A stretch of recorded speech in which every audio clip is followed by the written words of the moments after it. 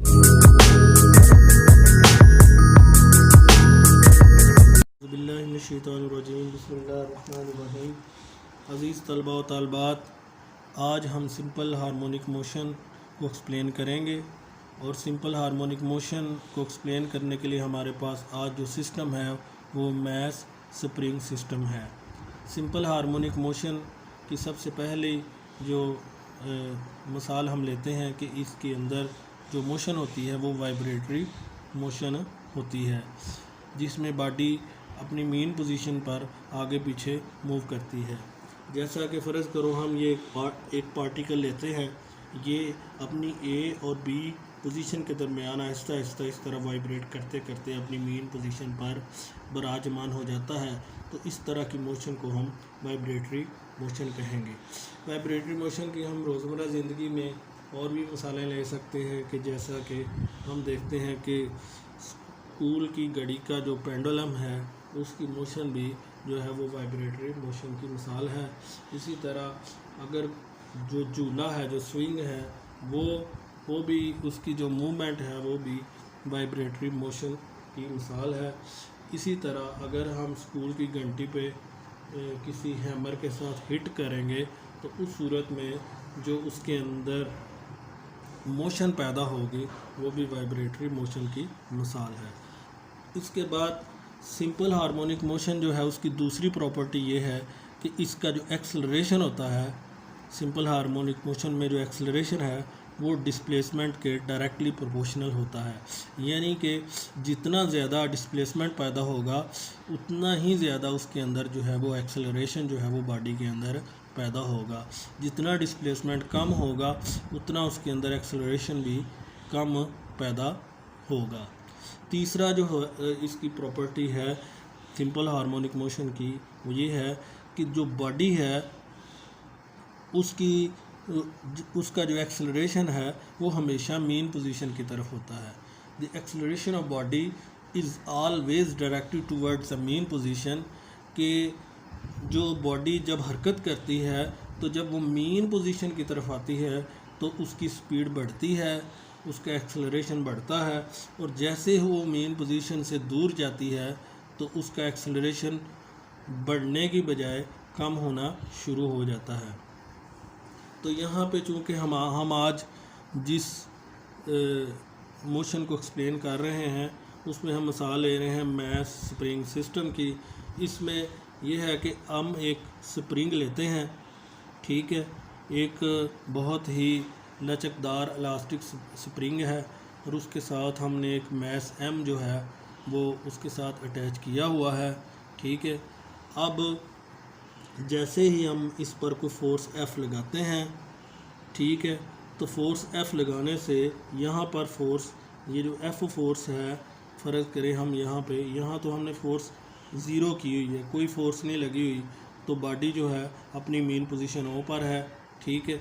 यहाँ पर हम इस पे एक फ़ोर्स लगाते हैं, तो फोर्स लगाने से बॉडी जो है अपनी मेन पोजीशन से ए पोजीशन पर, ये वाली जो ए पोजीशन है यहाँ पर आ जाती है। जब हम फोर्स लगाएंगे, फोर्स ये अप्लाइड फोर्स है, अप्लाइड फोर्स लगाने के नतीजे में इस बॉडी के अंदर जो है एक डिस्प्लेसमेंट पैदा हो जाएगा, ठीक है। तो जैसे ही हम फोर्स लगाते हैं तो उस फोर्स के नतीजा में उस बॉडी के अंदर उस बॉडी के अंदर एक डिस्प्लेसमेंट जो है वो पैदा हो जाता है। लेकिन ये डिस्प्लेसमेंट इस अप्लाइड फोर्स की मुखालफ समत में पैदा हो रहा है। अप्लाइड फोर्स यहाँ पे लग रही है जबकि डिस्प्लेसमेंट उसकी मुखालफ समत में पैदा हो रहा है। इसलिए इस डिस्प्लेसमेंट के साथ जो है माइनस का साइन इस वजह से लगाया गया है कि ये जो डिस्प्लेसमेंट है ये वाला, ये इस अप्लाइड फोर्स की मुखालफ समत में जो है वो पैदा हो रहा है। यहाँ पे अगर हम प्रोपोर्शनैलिटी का साइन ख़त्म कर दें यहाँ पर, तो यहाँ पर हम के लगाएंगे। ये के क्या है? ये स्प्रिंग कांस्टेंट है। स्प्रिंग कांस्टेंट हमें बताता है कि हमारा स्प्रिंग किस किस्म का है, ज़्यादा लचकदार है, ज़्यादा आसानी से हम उसको खींच सकते हैं, ज़्यादा आसानी से अगर खींच सकें तो के की वैल्यू और होगी। अगर वो बहुत ज़्यादा सख्त होगा या उसके अंदर मटेरियल किस किस्म का यूज़ किया गया है, ये के की वैल्यू जो शो करती है। तो हर स्प्रिंग की जो इलास्टिसिटी है वो डिफरेंट होगी, ठीक है। तो ये के कांस्टेंट उस स्प्रिंग के लिए हम लगाते हैं कि उसके अंदर कितनी इलास्टिसिटी पाई जाती है। तो ये हुक के कानून के मुताबिक जितनी हम फोर्स लगाएंगे किसी स्प्रिंग के ऊपर, उतना ही उसके अंदर जो है वो डिस्प्लेसमेंट पैदा होगा, बशर्त ये कि हम इलास्टिक लिमिट को जो है वो वायलेट ना करें। इतना ही ना हम उसको खींच दें कि जो स्प्रिंग है वो हमेशा के लिए उसके अंदर एक जो है वो बिगाड़ पैदा हो जाए, ठीक है, और दोबारा वो अपनी असल हालत में ना आए। तो जब जैसे ही हम इसके ऊपर फोर्स अप्लाई करेंगे तो फोर्स अप्लाई करने के नतीजा में उसके अंदर जो है वो उस स्प्रिंग के अंदर डिस्प्लेसमेंट एक्स पैदा होगा, which will be in the opposite direction, जो इस फोर्स की डायरेक्शन के मुखालफ समत में यानी पीछे की जानब पैदा होगा, इसलिए इसके साथ नेगेटिव साइन आया है। तो इसके अंदर दो तरह की फोर्सेस हैं जो यहाँ पर मैं वाज़ेह करना चाहता हूँ। एक है अप्लाइड फोर्स और दूसरी है रिस्टोरिंग फोर्स। जब अप्लाइड फोर्स लगाते हैं तो उसके साथ ही रिस्टोरिंग फोर्स जो है वो पैदा होना शुरू हो जाती है। चूँकि अप्लाइड फोर्स ज़्यादा होती है, इसलिए जब हम अप्लाइड फोर्स लगाते हैं तो रिस्टोरिंग फोर्स पैदा तो हो रही होती है लेकिन हमें महसूस नहीं होती। जैसे ही हम अप्लाइड फोर्स लगाना बंद कर देते हैं तो रिस्टोरिंग फोर्स के ज़रिए असर जिस्म जो है वो अपनी मोशन को जो है वो दोबारा से शुरू करता है। जैसा कि हम यहाँ पे अप्लाइड फोर्स F हमने शुरू में नहीं थी लगाई, तो उस सूरत में रिस्टोरिंग फोर्स भी नहीं थी और जिस्म जो है वो अपनी मीन पोजीशन के ऊपर मौजूद था। क्यों कि हमने अप्लाइड फोर्स नहीं लगाई, इस पर फोर्स अमल नहीं की, इसलिए अप्लाइड फोर्स ना होने से जो रिस्टोरिंग फोर्स है वो भी इसमें पैदा नहीं होगी और जिस्म अपनी मेन पोजीशन पर ही होगा। And there will be no any kind of displacement in the spring के अंदर किसी किस्म का भी डिस्प्लेसमेंट जो है इस वक्त मौजूद नहीं है, क्योंकि हमने फोर्स इस पे अप्लाइड फोर्स नहीं लगाई। दूसरी सूरत ये है कि जब हम अप्लाइड फोर्स यानी F जो है वो हम लगाते हैं तो उस सूरत में उसके अंदर जो है वो जैसे अप्लाइड फोर्स लगाते हैं रिस्टोरिंग फोर्स भी इस स्प्रिंग के अंदर पैदा होना शुरू हो जाती है। लेकिन वो रिस्टोरिंग फोर्स हमें उस वक्त वाज़ेह होती है जब हम अप्लाइड फोर्स जैसे ही छोड़ते हैं तो उसी सूरत उसी वक्त रिस्टोरिंग फोर्स जो है वो उस स्प्रिंग की जो रिस्टोरिंग फोर्स है वो इस बॉडी यानी मैस एम पर अमल करेगी और इसको दोबारा जो है वो पीछे की जानब जो है वो हरकत करने पर मजबूर करेगी, ठीक है। तो अप्लाइड फोर्स जो है उसके ज़ेरे असर ही जो है वो रिस्टोरिंग फोर्स जो है वो पैदा होती है। यहाँ पर हमने अप्लाइड फोर्स F लगाकर एक्स इसके अंदर डिस्प्लेसमेंट पैदा कर दिया है, तो एन इसी वक्त इसके अंदर जो है वो रिस्टोरिंग फोर्स भी इस स्प्रिंग के अंदर जो है वो पैदा हो गई है। यहाँ हम जो है एक्स को अगर हम नीचे ले आए क्रॉस मल्टीप्लाई कर दें तो के की कीमत के is equal to minus F over X आ जाएगा। हरकत के दूसरे कानून के मुताबिक F is equal to M में, यानी फोर्स जो है is directly proportional to the acceleration, ठीक है। ये न्यूटन का सेकंड लॉ है। उस लॉ के मुताबिक यहाँ से हम जो है यहाँ पर हम एफ़ की कीमत जो है वो निकालते हैं। F is equal to M में उसकी कीमत यहाँ पे हम दर्ज कर देंगे। ये एफ़ की कीमत हमने यहाँ पे दर्ज की करने से उसके बाद ये देखिए एम है और यहाँ पे एम ए ओवर एक्स आ रहा है, ठीक है जी। अब यहाँ पे हमने चूँकि जो x की कीमत है x को हम यहाँ से दूसरी साइड पे ले जाएंगे और k को उठा के यहाँ पर नीचे ले आएंगे, ठीक है। क्योंकि हमने जो है यहाँ पे एक्सेलरेशन और डिस्प्लेसमेंट के दरमियान में रिलेशन मालूम करना है, लिहाजा हम x को उठा के k की जगह पे ले आएंगे और k को उठा के x की जगह पर ले आएंगे। अब ये देखें जो m है वो भी एक कांस्टेंट है। फ़र्ज़ करें अगर इसका 1 किलो मास है तो नीचे जब हमने इसको खींचा तो फिर भी 1 किलो ही रहेगा, ठीक है। तीसरी जो सी कंडीशन है उसमें भी एक किलो ही रहेगा, यानी इसका मैस जो है जो हमने इसके साथ बांधा था जितने मैस की बॉडी वो उतने की उतनी रहेगी। लिहाजा हमारा मैस जो है वो भी कांस्टेंट है और के स्प्रिंग की जो इलास्टिसिटी है की जो हद है वो भी एक कांस्टेंट वैल्यू है।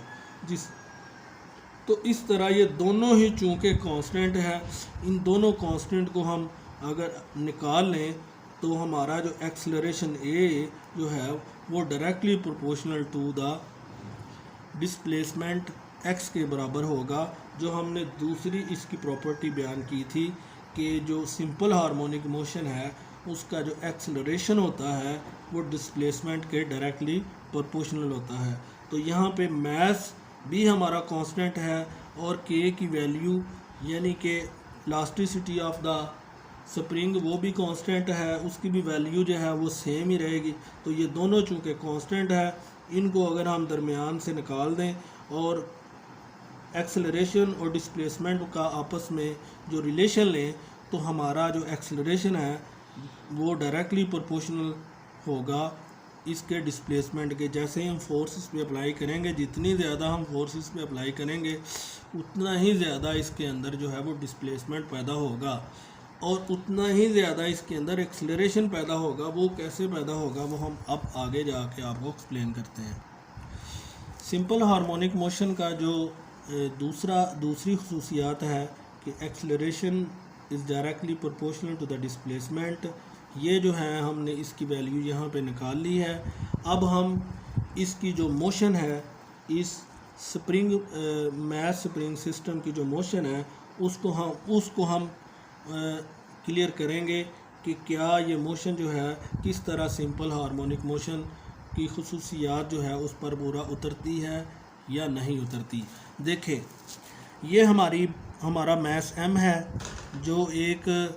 जो स्प्रिंग के साथ अटैच है। इस पर अप्लाइड फोर्स जो है वो इस वक्त 0 है। जब अप्लाइड फोर्स 0 होगी तो उस सूरत में जो है वो बॉडी अपनी जगह पर ही मौजूद होगी और अपनी जगह से हिलेगी नहीं।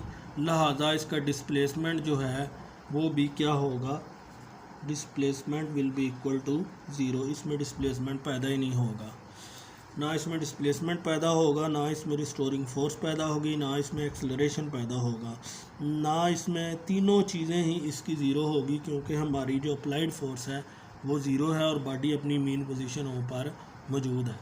जैसे ही हम इसके ऊपर फोर्स F अप्लाई करते हैं in the right direction, right side पर जब हम फोर्स इस पर अप्लाई करते हैं तो उस फोर्स के नतीजा में जिसम अपनी मेन पोजीशन, ये वाली जो मेन पोजीशन O थी, यहाँ से जिसम जो है वो मूव करके A पोजीशन पर आ जाता है।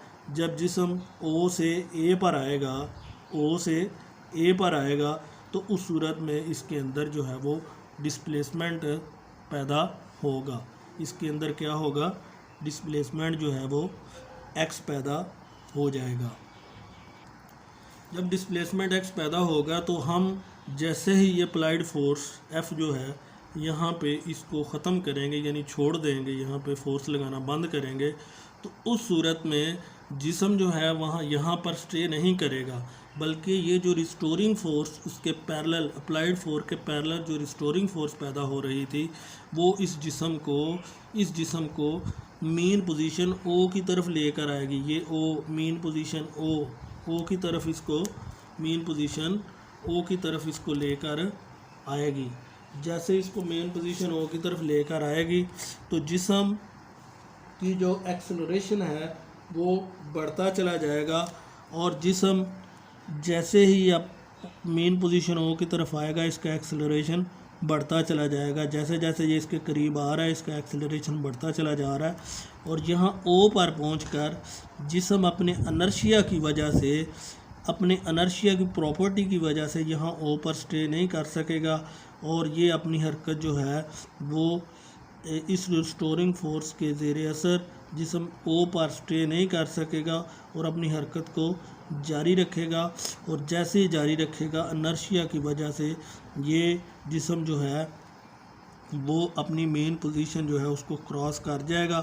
क्रॉस करेगा तो यहाँ पर ये जो स्प्रिंग है इसके ऊपर फोर्स एक्सर्ट करके इसको दबा देगा, ठीक है। और स्प्रिंग फिर अपनी जो फोर्स यहाँ पे अब इस समत में पैदा हो रही है, इस तरफ ये जो फोर्स लगा रहा है यहाँ तक इसको रिस्टोरिंग फोर्स लेकर आई है मेन पोजीशन ओ तक। इससे आगे जो जा रहा है ये अपने इनर्शिया की वजह से आगे जा रहा है, और वो फोर्स जब आगे लगेगी वो इनर्शिया की फोर्स, तो वो इस स्प्रिंग को क्या कर देगी, दबा देगी। तो वो फोर्स दबाएगी, लेकिन एन इसी समत में, इसी दौरान जब वो फोर्स लगनी बंद हो जाएगी तो ये इसकी रिस्टोरिंग फोर्स दोबारा जो है वो पीछे की जानब जो है वो दोबारा जो है ओ मेन पोजीशन ओ की तरफ जो है वो अमल करेगी, और उसको दोबारा ओ की तरफ जो है वो लेकर आएगी। लेकिन जिस्म अपने इनर्शिया की तरफ जैसे ही ओ की तरफ आएगा इसकी हरकत जो है वो तेज़ होती चली जाएगी, लेकिन फिर भी ये ओ पर अपने इनर्शिया की वजह से स्टे नहीं कर सकेगा, तो ये मज़ीद आगे की तरफ जो है यहाँ तक आ जाएगा। फिर जब ये इधर आ जाएगा इनर्शिया की फ़ोर्स की वजह से, तो फिर रिस्टोरिंग फोर्स इसको दोबारा खींच कर मेन पोजीशन ओ पर लेकर जाएगी, लेकिन यहाँ इनर्शिया की फ़ोर्स की वजह से ये फिर आगे की तरफ मूव कर जाएगा। इस तरह ये स्प्रिंग सिस्टम जो है ये टू एंड फ्रो मोशन, आगे और पीछे मोशन करता करता अपनी मेन पोजीशन ओ पर विराजमान हो जाएगा। तो आपने देखा है कि जैसे ही ये जिस्म मेन पोजीशन ओ की तरफ जाता है तो इसका एक्सेलरेशन जो है वो बढ़ता है। ये प्रॉपर्टी नंबर जो 3 है, आप जैसे ही हम इधर से फोर्स अप्लाइड फोर्स छोड़ते हैं तो ये जिस्म बड़ी तेज़ी से ओ की तरफ जाता है। जैसे ये ओ की तरफ जाता है, अपनी मेन पोजीशन की तरफ जाता है, acceleration is always directed toward the main position. जैसे ही अपनी ये मेन पोजीशन की तरफ जाएगा इसका एक्सेलरेशन बढ़ता चला जाएगा, ठीक है।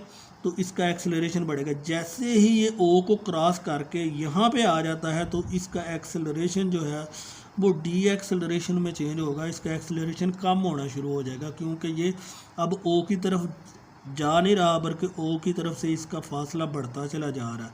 तो इसकी डायरेक्शन ओ से उलट साइड पे जब होगी तो इसमें डी एक्सेलरेशन पैदा हो जाएगा। जब वापसी में फिर दोबारा ओ की तरफ आएगा तो फिर इसका एक्सेलरेशन बढ़ेगा। इसी तरह जब ये इधर जाएगा तो ये ओ से जैसे दूर होना शुरू हो जाएगा और ओ से उल्ट समत में मूव करेगा तो डी एक्सेलरेशन इसके अंदर होगा। तो जैसे ये ओ की तरफ मूव करेगा, चाहे इस साइड पर मूव करे या इधर से इधर आते हुए मूव करे, तो दोनों सूरतों में इधर जाते हुए या वापस आते हुए जैसे ही इसका मूव ओ की तरफ होगा बॉडी का, तो उस सूरत में इसके अंदर एक्सेलरेशन होगा। और जैसे ये जिस्म ओ से उल्ट साइड की तरफ इसका मूव होगा, यानी मूवमेंट उल्ट समत में होगी, तो उस सूरत में उसमें एक्सेलरेशन नहीं होगा बल्कि डी एक्सेलरेशन होगा।